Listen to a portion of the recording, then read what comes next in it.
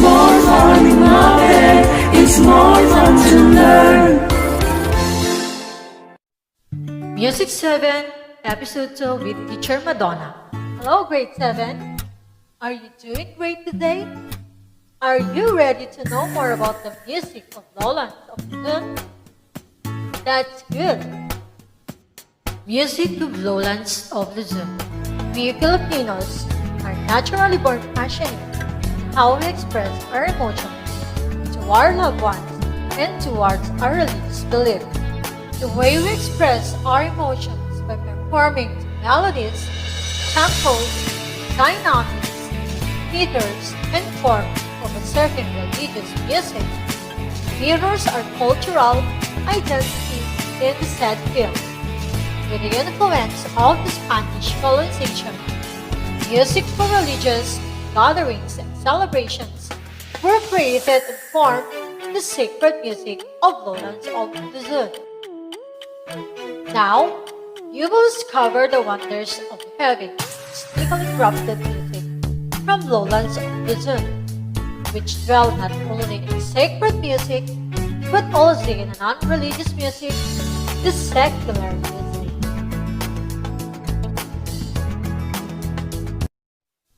You have to bear in mind that musical elements are important in analyzing and evaluating music of Lowlands of Luzon, especially when attributing these elements and the geographical and cultural background of the music. Geographical and cultural factors may affect the creation of melodic progressions, melodic intervals, and even the scales used that show the unique characteristics, mood, and theme of the music.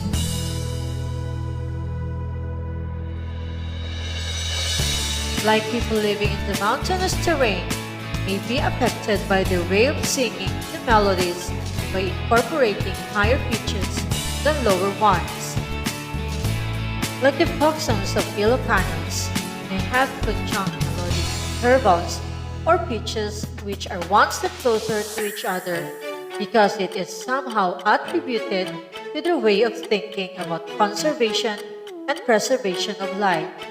It also manifests in how they execute their local folk dance with close palm hand movements. Let's continue discovering the artistic and cultural values of representative music from Lowlands of Luzon.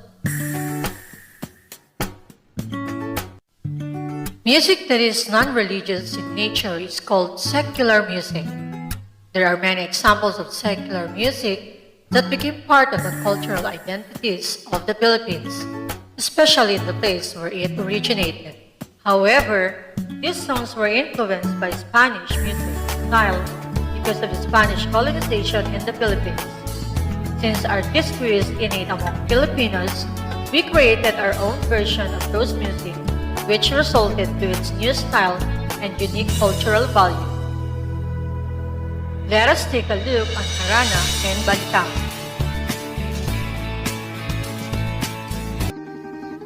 Harana is a Filipino tradition of serenading a woman, which derives its rhythmic style from the Spanish tango or habanera. Let us listen to the example of Harana. Sa gabing malamig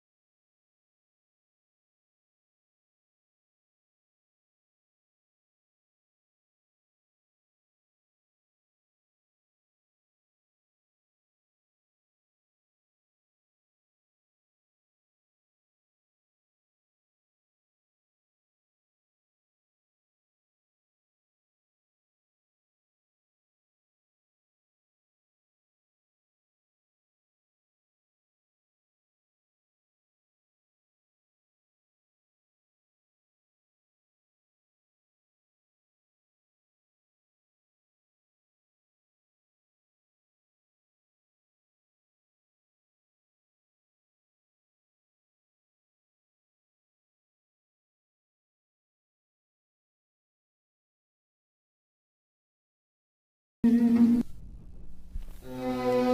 it romantic? How do you like the song? Unlike the Kundiman with triple meter, most of the Harana songs were arranged in quadruple meter or 4/4 time signature. Knowing the time signature is one way to look at how Harana songs differ from other secular and art music. A song with slow tempo is somehow described as romantic, melancholic, and lyrical, while a fast tempo is lively, energetic, and vigorous.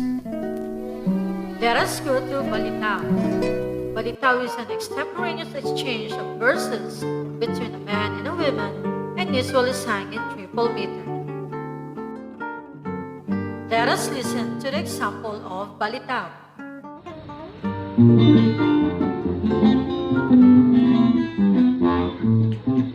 Aniya kami karunduang magapaday sa mukuma. Pamati ka mo kung hamayan ba ating pagtimbangan. Mas alam daan kami kung makasala ka. Ang walang mapaday sa amin ang among bugma. Apan sa dili ko pakipaday di akong suliran. Tuguti ako mga yung kaninyong katahuran. Ikat sa bata ng aminyo o mga tigulang. Mayong gabi kaninyong tanan. Ay, Kung sa may kuyo ni mo kanako ikan undoy. mumuyo, Nganong sa uban kamang lang ang ayot katahuran. di ba di? Dili pa di ayong ka ako maganimong sundian. Sa unsa bandera ano kakaka ako maoy kaingnan. Aniya ako sa imo atong pangan sa bugmamukalan. Lawat ang timos kung pagkigugma kanimo ibukinan. Biasa ang bito upunan mga langgamisahan.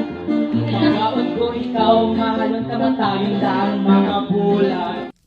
Who would have thought that Balitaw could also be compared to Balagtasan, since performers fluidly exchange verses? However, the conversations are sung in triple meter and deal mostly with love and courtship. Are you ready to proceed to the next lesson? That's great! Like food, every music has its own ingredients that would describe its savors and flavors.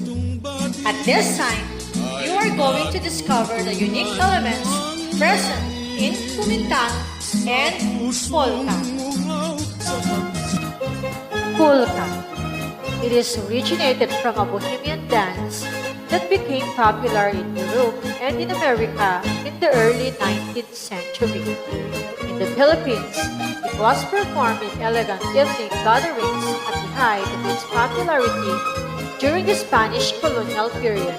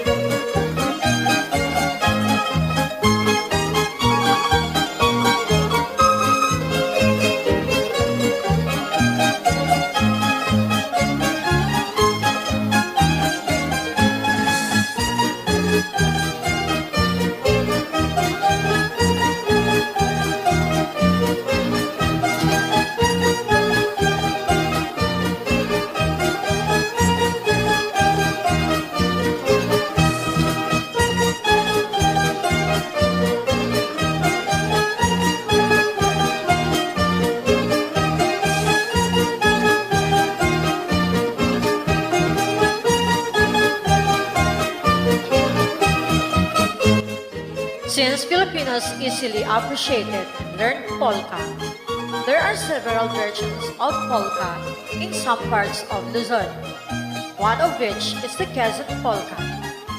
In Batangas, the dance was called polka sanay.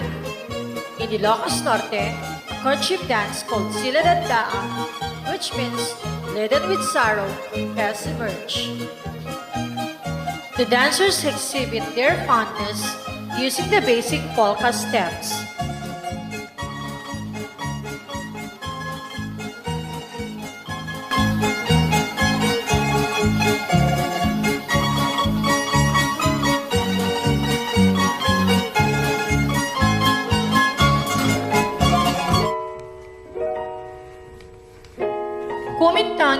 combination of song and dance performed by men and women in pairs. Kumintang originated from Balayan, Batangas. This song is in triple meter with themes of love and courtship. In 1926, Nicanor Abelardo was inspired to compose the Mutya ng Pasig in Kumintang tempo.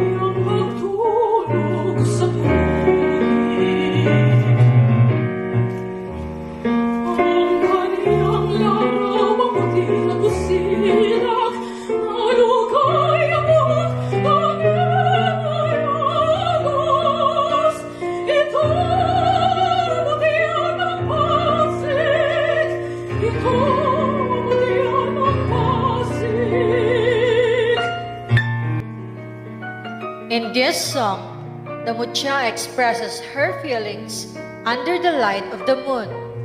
She is mourning the loss of her love, which symbolizes the country's loss of freedom.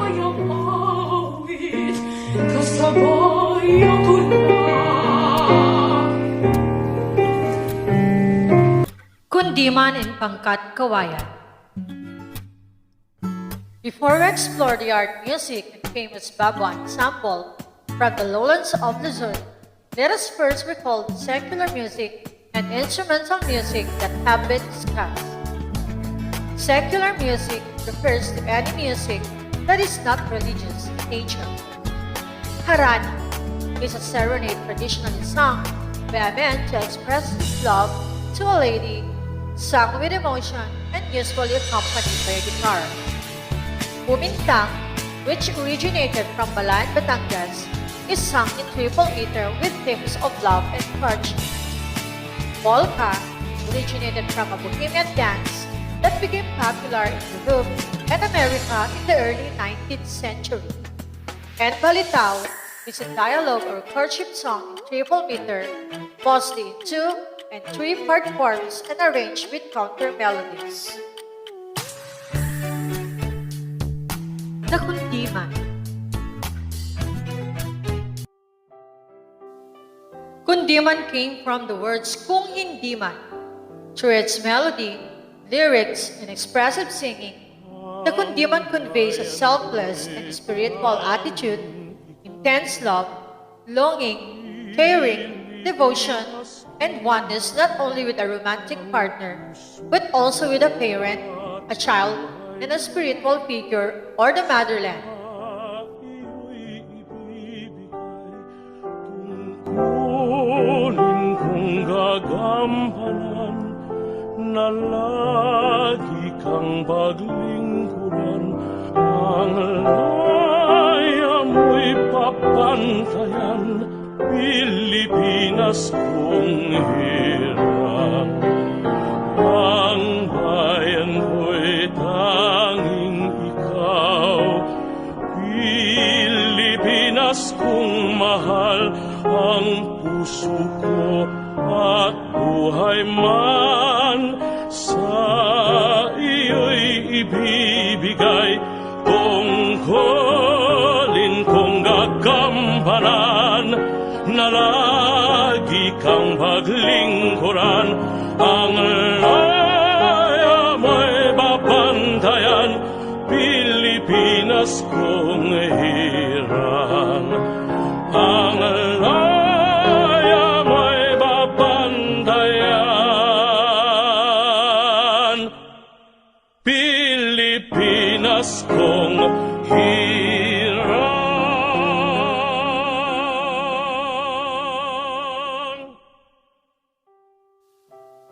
The dynamics, or the softness and loudness of the music, adds more dramatic effects for a kundiman. It intensifies the attitude and the emotions of the song.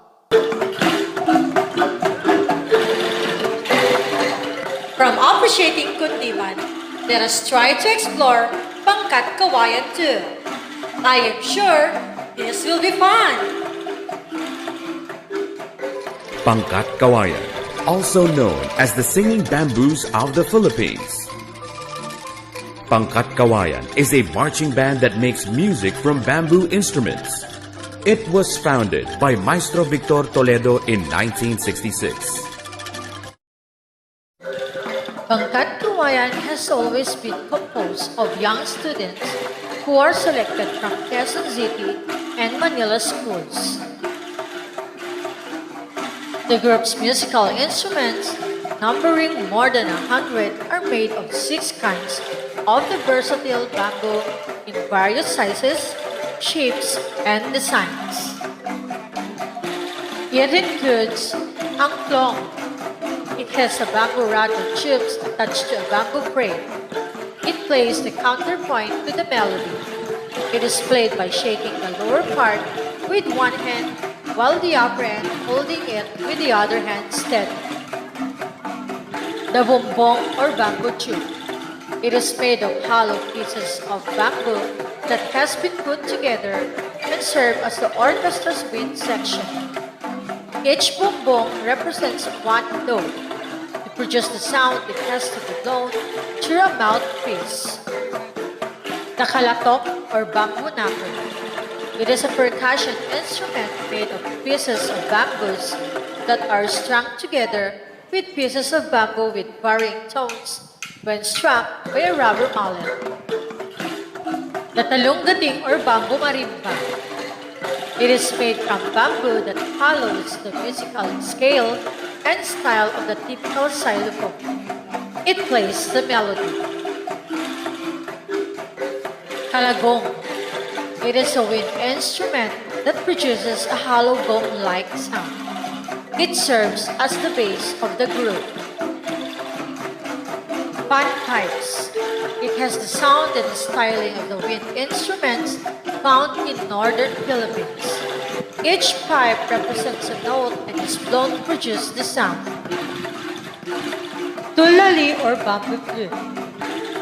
A bamboo opening encircled by a banana leafing to a pentatonic scale played on the 4 holes. The kiskis. Kiskis is a Filipino word which means to scratch or to rub against something. It is played by rubbing a rattan stick on its ridges.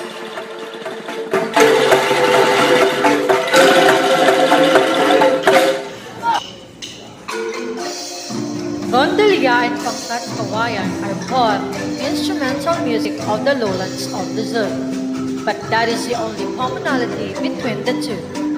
Each music possesses different qualities when it comes to sound, texture, especially the manner of playing the instruments and the materials used in producing the instruments.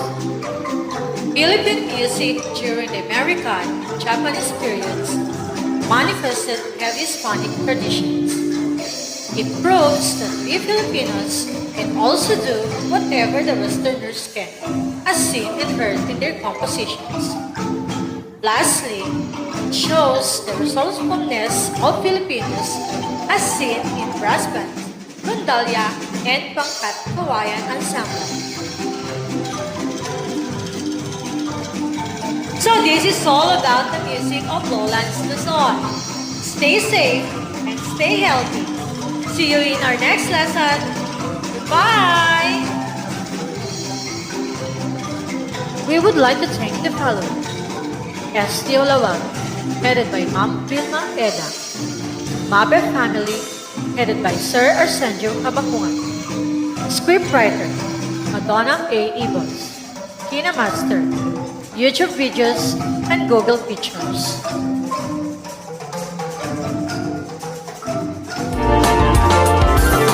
It's more